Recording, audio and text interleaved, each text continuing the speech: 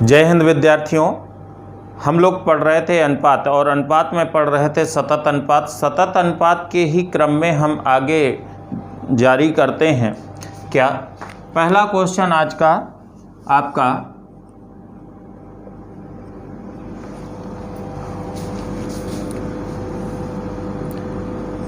A plus B ratio B plus C ratio C plus A बराबर 3:4:5। तो A ratio B ratio C का मान क्या होगा यह निकालना है। तो यहाँ पर यदि देखें कि ABC का रेशियो क्या होगा तो कैसे निकालेंगे। सबसे पहले अनुपात के इस भाग को क्या करेंगे, जोड़ लेंगे। तो यहाँ पर जब जुड़ेंगे सभी तो दो बार हैं कि नहीं है, B भी 2 बार, A भी 2 बार, C भी 2 बार। तो यहाँ से आपका क्या आ जाएगा 2A plus B plus C आ गया कि नहीं आ गया। कितना हो जाएगा 8 4 12 आ गया। अनुपात के रूप में 4 3 7 7 5 12 हो गया। अब यहाँ पर A plus B plus C का अनुपातिक योग 6 है। तो A बराबर कितना होगा, यदि A निकालना है और B निकालना है और C निकालना है। A निकालना है तो A plus B plus C से B प्लस C हटा दिया जाए तो A बचेगा, अर्थात 6 माइनस B प्लस C 4 होगा कि नहीं होगा रेशियो। अब 6 में से क्या घटाएंगे, B निकालना है तो C प्लस A घटाएंगे।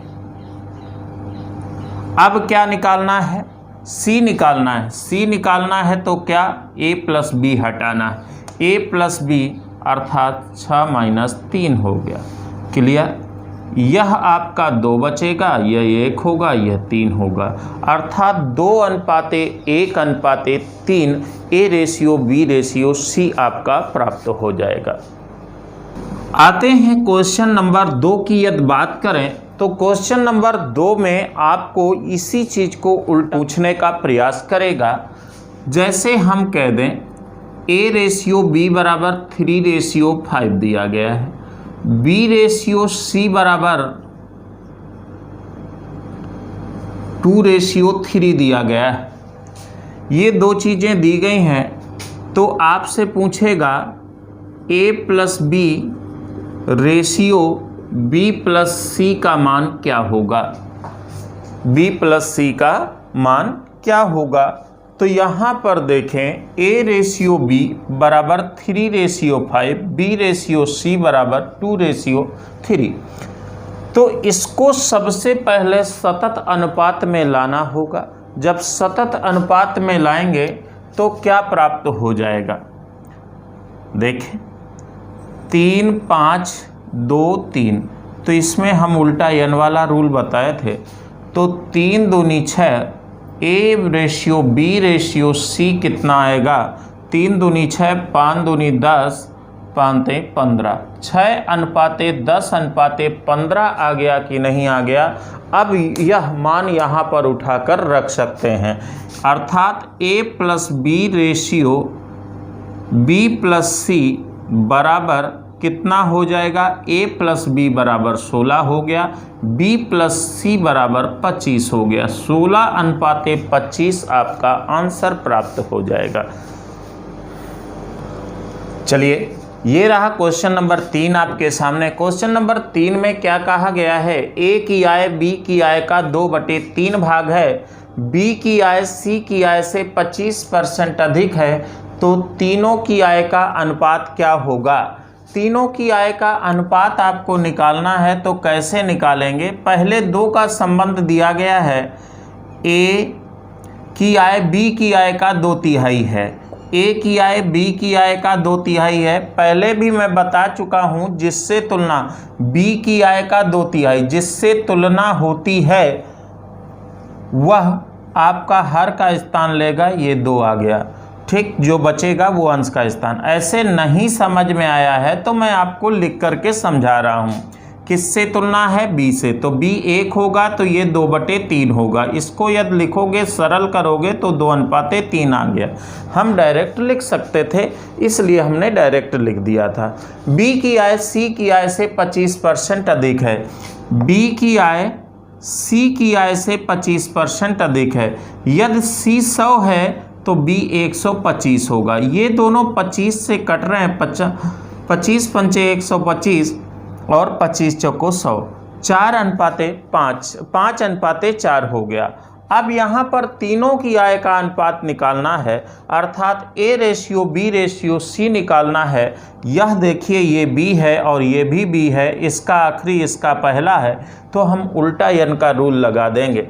क्या 2 3 हो गया और 5 4 हो गया। उल्टा n लगाओगे तो कितना हो जाएगा, 5 दूनी 10, 5 3 15 और ये 3 चौको 12, अर्थात a रेशियो b रेशियो जो c आ गया वो 10:15:12 प्राप्त हो गया।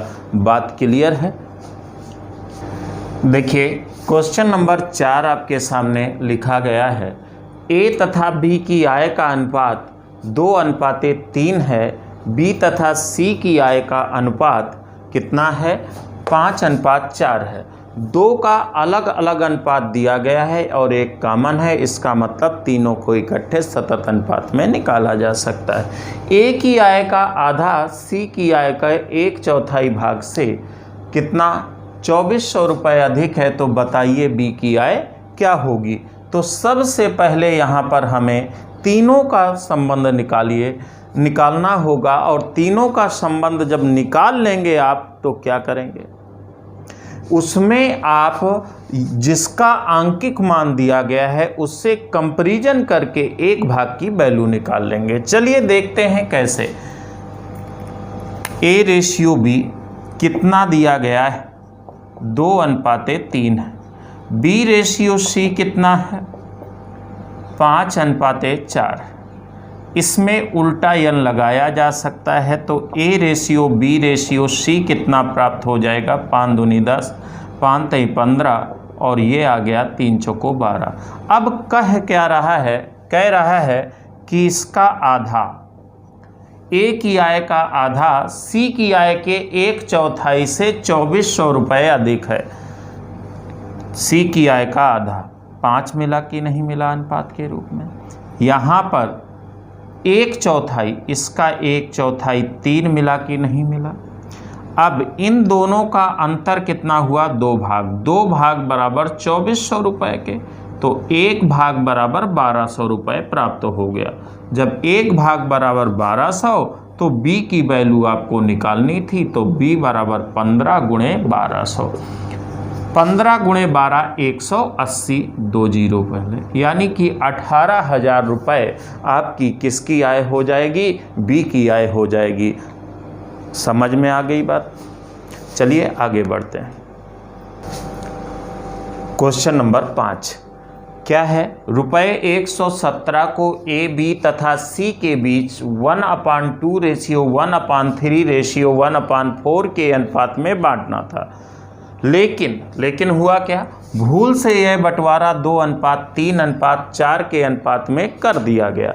किसको सर्वाधिक लाभ होगा और कितने रुपए का लाभ होगा, तो हमें बांटना कैसे था, a ratio b ratio c जो आपका सही है 1/2 रेशियो 1/3 रेशियो 1/4, इसका एलसीएम कितना आ जाएगा, 12 आ जाएगा। पीछे मैं कई बार बता चुका हूँ कैसे सरल करेंगे, तो 12 आ जाएगा, तो 6:4:3 हो गया सरल अनुपात इसका। लेकिन गलती से जो बांटा गया वो कितना हो गया, गलती से जो बांटा गया है वो 2 3 4 का अनुपात है। सबसे पहले कंपैरिजन आपका करना है, तो कैसे करना है यह बात ध्यान रखनी है।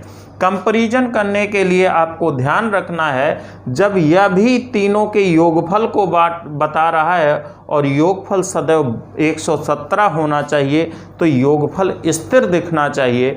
तो यहाँ पर योग कितना आ रहा है, 6 4 10, 10 3 13, यहाँ 3 2 5 4 9 आ रहा है। योगफल बराबर दिखना चाहिए, इसका मतलब योग का इंटरचेंज गुणा करें, तो इसमें 9 का गुणा कर दिया जाए और इसमें कितने का गुणा कर दें, कितना आया था 13 का गुणा कर दें, तो कितना आ गया 9, न छक्का 54, न चौको 36, न तियां 27, यह कितना हो जाएगा 13 दूनी 26, 13 ते 39, और यह आपका हो जाएगा कितना 13 चौको 52 हो जाएगा। क्लियर है। अब यहाँ पर देखें सर्वाधिक लाभ किसे हुआ। अब इनका टोटल की बात ध्यान रखेंगे, जो इंटरचेंज योग में गुणा किए हो आप, इनका योग का ही इंटरचेंज, तो इनके योग का गुणनफल 13 नमा 117, इसका भी योगफल 117 आ रहा है, इसका भी योगफल 117 आ रहा है।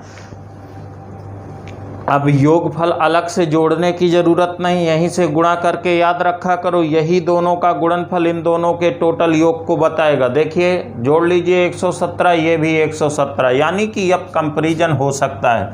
यहाँ पर कितना लाभ हुआ 56, 24 घाटा हो गया ना, यहाँ पर 54 से 26 पहुंचा, 36 से 39 3 भाग प्लस में गया कि नहीं गया, और यहाँ से 25 भाग प्लस में चला गया।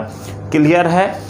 कुल मिलाकर के यहाँ पर 54 वाली चीज़ कितनी हो गई 26 हो गई, 54 वाली चीज़ 26, यानी कि इसको नुकसान हुआ। कुल मिलाकर नुकसान किसको हुआ है ए को, और सबसे ज़्यादा फायदा किसको हुआ सी को। सी को सबसे ज़्यादा फायदा हुआ है कितने भाग का 25 भाग का। ये टोटल यहाँ पर 117 भाग को बताएगा, 117 भाग बराबर 117 रुपए के, तो 1 भाग बराबर 1 रुपए के, तो 25 भाग का लाभ सी को हुआ है। तो सी को लाभ कितना हो जाएगा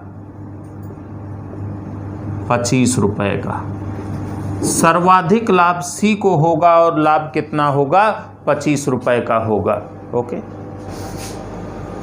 अगला क्वेश्चन 6 नंबर क्या है, रुपये 4500 को ए बी सी के बीच इस प्रकार बांटा गया है कि ए को बी तथा सी के हिस्से का 2/3 भाग मिलता है, बी का भाग ए तथा सी के भाग का 4/5 भाग है, तो सी का हिस्सा कितना होगा।